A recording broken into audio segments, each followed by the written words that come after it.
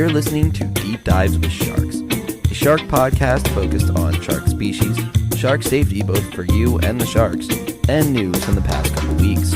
Sit back, relax, it's time to take a dive.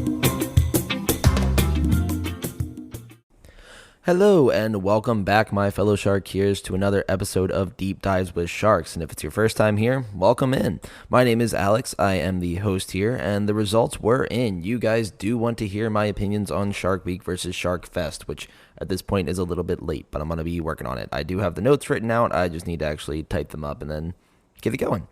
But this is not the episode about Shark Week versus Shark Fest, as you read the title when you clicked it or if it just started playing. But that should be coming very soon. There are still some sharks on the list to do. I'm always happy to add more, but I do want to get a little bit of clarification from someone. They did send in UK sharks, and I do have a shark on the list that is in the UK. But the only issue is there are a lot of those. So if there's a specific shark from the UK you'd like, just send that in to me, and I'm more than happy to do it. Or if you're happy with any of them, I'll keep the one that I currently have. But also, someone else asked if I could do the cookie cutter shark. We already did that one in episode 13, so if you head back that way, you should be able to find it there.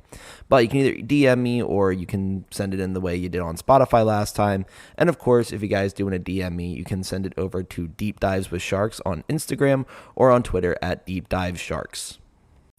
The shark that we're going to be doing for this episode is the bamboo shark, and these are also known as the long-tail carpet shark. So some of you might know them as one or the other, but that is the shark that we're covering in this episode. There are 13 species of bamboo shark, and that includes the slender bamboo shark, the white-spotted bamboo shark, the Arabian carpet shark, gray bamboo shark, brown-banded bamboo shark, which is a mouthful and a lot of bees, the Indonesian speckled carpet shark, the poppin epaulet shark, the epaulet shark, just the standard one, the hooded carpet shark, the speckled carpet shark, and the last three of the long-tailed carpet sharks only have scientific names. That is going to be the Bermensis, the Dolgonovi, and the Hasselti, which I don't know if I said those correctly at all. I do not speak Latin. Bamboo sharks typically only grow to be about 3.3 feet or about a meter in length, although they can grow a little bit bigger than that as well. They live in the western Pacific Ocean, not Pacific, my goodness, around Madagascar, Japan, New Guinea, Australia, the Philippines, India, and the Korean Peninsula. These sharks have barbels or sensory organs that hang off of their face near their mouth, so they're kind of like catfish, how they have those long whiskers, except for the catfish have whiskers, and these guys, they have more like a Fu Manchu mustache that hangs down, which is kind of neat. So imagine Hulk Hogan, but extends further. Now, they also do have suborbital ridges that not all sharks have, and those are going to be right around their eyes, so it looks like a little eye socket type deal, and also it kind of looks like a big eyebrow, so they kind of look surprised. Each of the bamboo sharks have different patterns, so some are tan with no patterning at all, such as the Arabian carpet shark, while the white-spotted bamboo shark has white spots with brown bands around it. Now, a lot of this research from this point on will be based on the white-spotted bamboo shark, and then will be generalized for the rest because that's what was most available to me. Now, these sharks tend to have smaller teeth and are utilized for gripping and crushing prey. They tend to hunt at night when their prey might not see them coming, and they can eat softer prey such as cephalopods, but also can pivot their teeth inward to create a flat surface which is better for crushing prey and then protecting the tips of their teeth. Younger sharks need more carbon than the larger, older sharks, although they do not have to look very far for that, as they are known as benthic predators, which means they hunt towards the ocean floor near carbon vents, fulfilling that need. White-spotted bamboo sharks are an egg-laying species of shark, and their eggs usually tend to be about 5 inches long and will hatch in about 14 or 15 weeks, which is rather quickly. Now, to go off on a little side tangent here, the gestation period, or how long an animal will be pregnant, depends on the size of the animal. So these sharks are rather small, and they lay eggs that only need about 14 to 15 weeks, which is about 3 months and some change, to hatch, while a blue whale, largest of the whales, can be pregnant for up to a year, usually about 10 to 12 months. So dogs take a couple months while they're pregnant. Meanwhile, an elephant can take up to 2 years. So kind of neat, but that's just a little side note there. So there have been cases of bamboo sharks in captivity that were not introduced to a male bamboo shark in over 6 years, but still were able to have successfully laid fertilized eggs into the enclosure, which that took place in the Bell Island Aquarium in Detroit, Michigan. although I've not had a chance to get there. I would love to see that. There are theories for how it is possible that the bamboo shark had both male and female organs to make it happen, that the female could just do it on her own via parthenogenesis, which is a really hard word to say for me sometimes. But that just means that the eggs don't need to be fertilized by a male because the female can do it on her own, or that females just simply are able to store material in them so that way they can hold it for a while and then fertilize eggs in the future. Now, none of those have been confirmed as to why this shark was able to do that, but the offspring that she did produce were able to produce healthy offspring of their own. Another neat thing about these types of sharks is that albinoism is more common in this shark than many other types of animals and other species of sharks, as it is believed that 1 in 10,000 bamboo sharks are born with albinoism, which is just a drastically lighter color. 3 of which were born in captivity in the Sea Life Aquarium in Orlando, which if you guys saw either the posts on the social media, that's where I took the picture for this week. There's also the Downtown Aquarium in Denver, Colorado. They usually had an annual albino bamboo shark hatching since 2007, which is pretty nuts. Now, when I saw them, they tended to just hang out. They weren't very active. It could be just their resting time, as they tend to hunt at night, as many sharks are active during that time, especially these guys as well. But it was still cool to watch them just hang out for a little while. We did get to hang out on a bench and just watch a couple of them hang out by some foliage and stuff. And some people think that's rather boring, but I think we sat there for a good 10, 20 minutes just looking at these little guys do their thing, which was neat. Now, these guys are also frequently kept as pets. They require about 180 gallons of water, so you do need to do your research before getting any pet at all. Now, my girlfriend and I are looking at getting a fish tank just for our apartment to have some cool fish, but we still looked at what they would need just because we didn't want to accidentally get a fish that requires a lot of care and then unintentionally be neglecting it in any way. So definitely be good to look into what you want to get so that way you know what you're getting yourself into. I, for one, don't believe anyone outside of aquariums should own sharks. There could be some more information that I come across that changes my mind there. Just at this current moment, feel that there's a lot that goes into taking care of and keeping healthy sharks, that aquariums have entire teams dedicated in order to maintain their health. And even if your entire family is in on taking care of a shark, it'll still be a lot of work. I'm not saying it's impossible, and there's definitely people out there that are probably qualified enough to do this on their own, but every aquarium expert that I've talked to has said it's probably not the best idea, and there could be things that come out that change my mind, but at this moment, I just feel like with the safety of the shark and also with everything else going on, it's just not the greatest idea. But these sharks also are currently listed as least concern for their vulnerability to being endangered or extinct. So it does make sense that these ones could be that, also with their smaller size. But once again, do your research, know what you're getting into, and don't just randomly go out and buy a shark. But that is what I have for bamboo or longtail carpet sharks. If you guys have any other questions or anything like that, hit me up on the social medias, and I will be happy to contact you there. But we're going on to shark safety for this episode, and for this one we have how to safely dive with sharks, which this one comes from the Blue Ocean Dive Center, and I may have covered this a little bit in the past or completely, but it always can't hurt to get a nice refresher. So, for this one, first things first, it's always safety in numbers. You don't want to go and dive solo, simply because, especially if you're not experienced, you don't know what to expect or anything that might come with that. But when you're going in a group, you want to keep some space between people because you don't want to have too large of a clump, as sharks can see this as a threat, and then they may take that as a reason to bite you, which isn't very great. You also want to make sure that you're not straggling behind too much. You want to go slow, steady pace, but sharks try to target individuals. And this is because they're the ones that are usually dying, injured, sick, and they're the ones that are easy to get. So you want to make sure that you have a buddy with you, but also making sure you're not too close together. You also do want to watch the clothes that you wear, as sharks can see some colors better than others. So yellow is a color that sharks see very easily. You want to try to avoid wearing bright contrasting colors as well. Sharks tend to look for contrast in the water and sudden movements, as contrast can usually be the sunlight hitting off of different fish scales and things like that. And sudden movements usually come from fish that are either scared, running away, stressed, or injured because they just are trying to do what they can. You also want to stay away from mammals. Dolphins, seals are two of the big ones, but also if you bump into Cthulhu, you should probably avoid him too. Mammals tend to be prey for sharks, and Cthulhu is not prey for sharks, but he's probably really creepy and should just be avoided anyway. But if seals are definitely a big one, if a shark is hunting that seal and you're over there thinking they're cute and they want to be pet and you try to squeeze them and the shark goes to bite it, well, now it's going to get you instead, and that's not very great. So it's best to just watch them from a distance, same with any animal that you see in nature. You don't want to dive when sharks are actively hunting. Sharks are crepuscular animals, meaning that they hunt around dawn and dusk, which I could have just said they hunt at dawn and dusk, but crepuscular is a more fun word to say. So just go diving at noon, right in the middle. But any time outside of dawn or dusk during the day will be perfect. Diving at night tends to be riskier just because some sharks tend to hunt at night and low visibility makes it more vulnerable to you because you won't be able to see quite as well. You should also know which sharks you're about to dive with, or at least be with a guy that knows the sharks as well. Some sharks are going to act rather chill around you, such as whale sharks. They won't give a single bother if you're nearby. But oceanic whitetips, they tend to be more aggressive towards humans, and they could bite you pretty quickly. Tiger sharks get aggressive if they feel threatened, and makos tend to be timid around humans. So every shark's going to act a little different, and individuals may act different from other individuals as well. You want to know the location where you're diving, or have a guide who's familiar with the area. You'll want to keep your back to a reef as well, so that way nothing can surprise you from behind.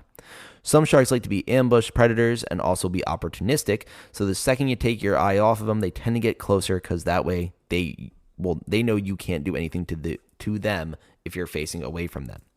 Tiger sharks do this, and lemon sharks tend to get territorial of divers if other sharks get too close to them. It's kind of adorable. There was a program on Shark Week that had a diver turn his back to sharks, hammerhead I believe it was, and 2 lemon sharks dove in between that hammerhead and the diver as it got closer, which was kind of neat because lemon sharks kind of have our back, which is awesome.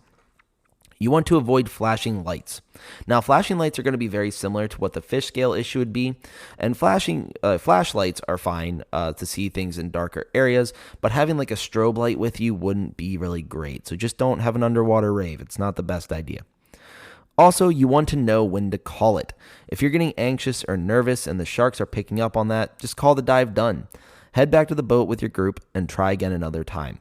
There's no shame in making a safe call as the sharks pick up on nerves, and if they're taking interest in you, you're going to get more anxious. So just calmly get to the boat and out of the water. Of course, you can try again a little later or at another later date. But always watch each other's backs as well. You don't have eyes in the back of your head, and neither do your dive partners. So keep an eye out for them. Make sure that nothing is sneaking up on them, and make sure that they're watching you too.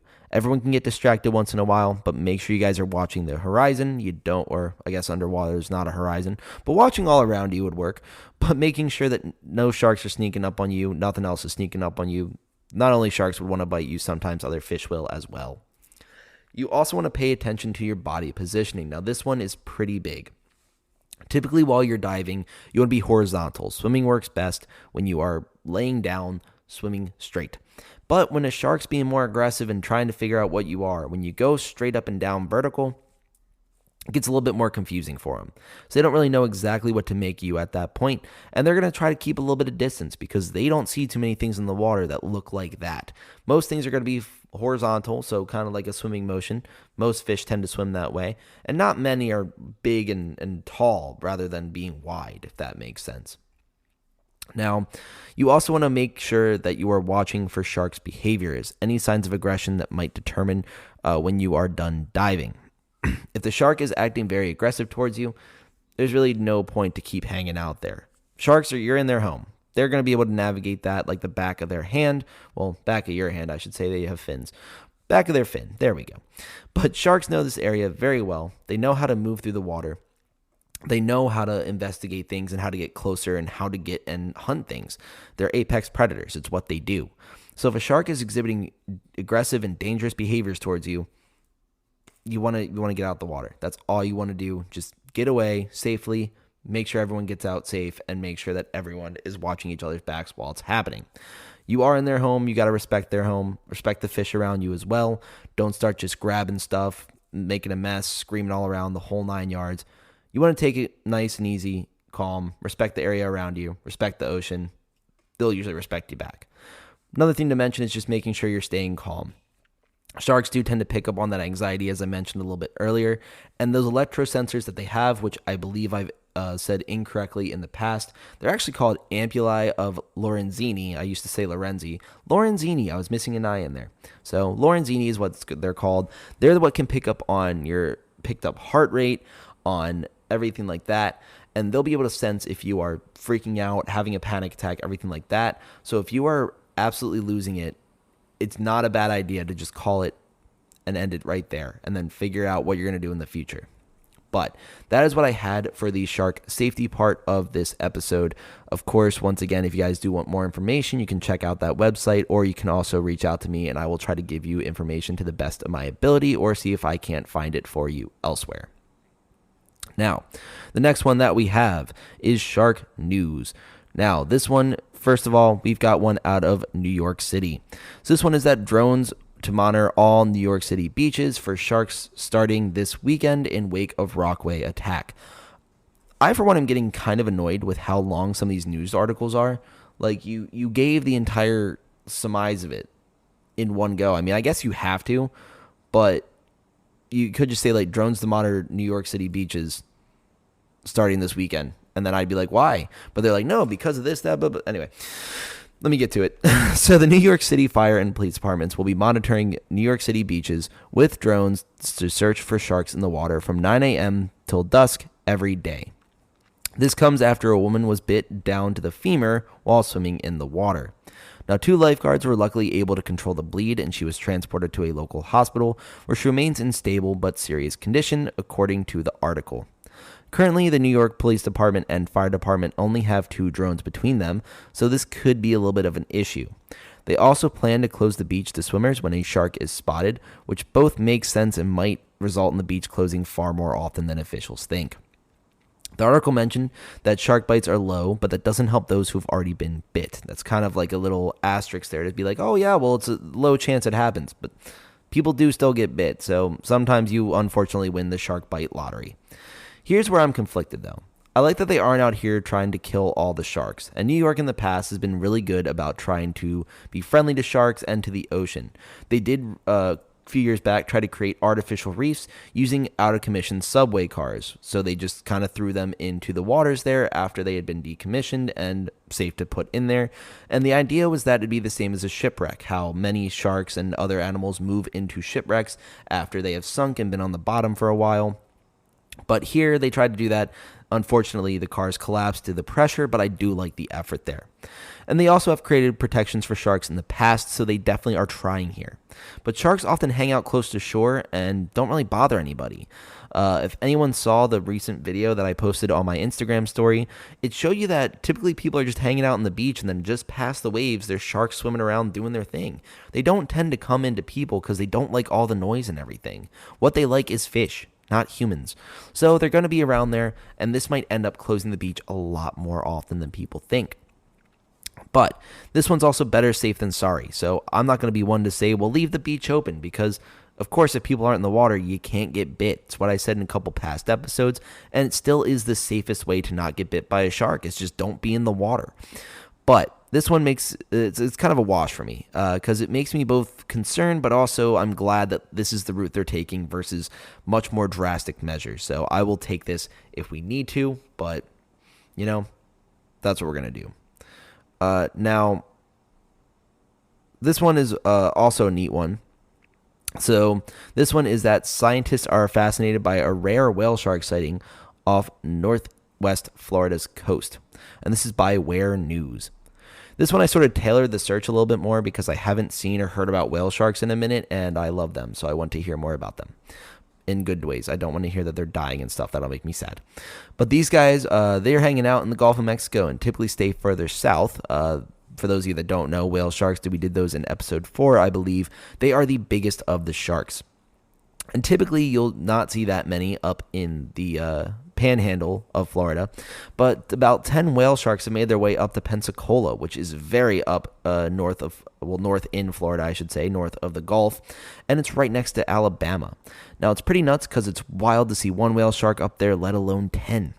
Now, shark scientists believe that the DeSoto Canyon is the reason why the whale sharks are to be so high up there, as they have been moon jelly sightings and manta ray sightings, meaning that there could be rich nutrients coming from the canyon as well as an upflow of cooler water. Now, all of those sharks were tagged and named, although that information was not provided, so I do not know any of their names, which is disappointing, and I'd like to think that one is named Wallace. Wallace the whale shark.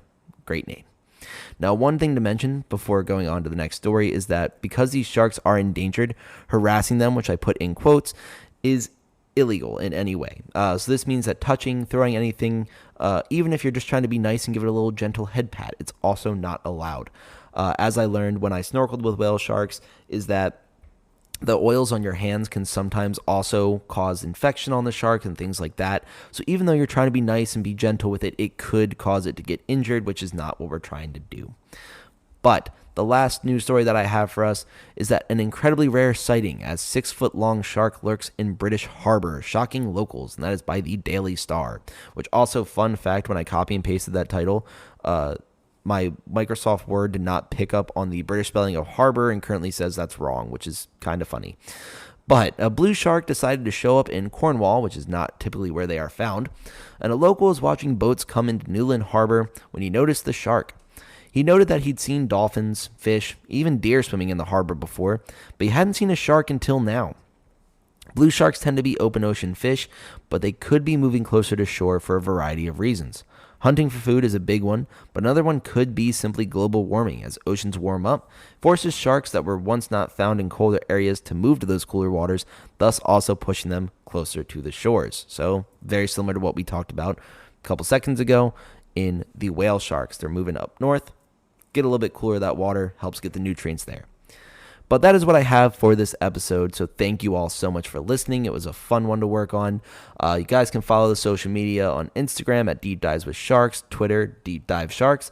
Run polls there and things like that. You can send any comments, questions, anything like that. And feel free to give us a rating on Apple, Spotify, share it with friends, and feel free to respond to the survey at the end asking if there's any other sharks you want us to work on. And I'll see you guys in the next one. Take care.